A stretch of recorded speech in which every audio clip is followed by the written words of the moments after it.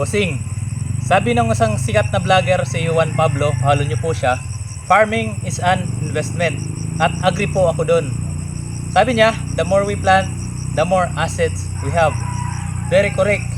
Ito lang yung investment na hindi lang ikaw yung makikinabang.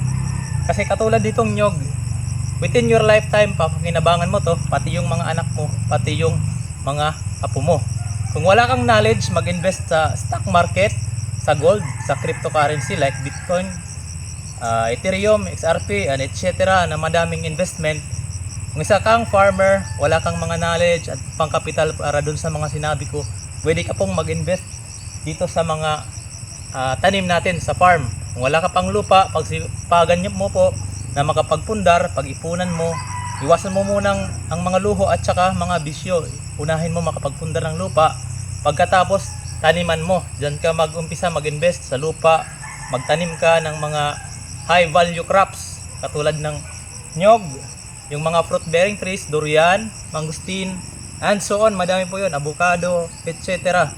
So pag madami kang tanim, mas malapad yung lupa mo, the more investment na babalik sa'yo. Kasi ang kita po sa farming, comparable po sa mga nasabi kong mga investment kagaya ng gold. Actually, mas malaki pa yung potential dito pag i-develop mo yung farm mo, naging productive sila, nakapagbigay siya ng bunga, mas malaki pa po yung possibility na kitain mo. Tsaka yung risk, mas lesser. Kasi dito, basta lang hindi bagyuhin, o kahit bagyuhin, nakakapag-recover naman, o okay talaga ang farming. Basta maintain mo, focus ka doon sa pagpa-farming. Tsaka aralin mo rin yung market, be an entrepreneur, hindi lang farmer. So, it is a very good investment na papakinabangan mo at saka ng mga anak at apo mo. Yun lang po. Thank you.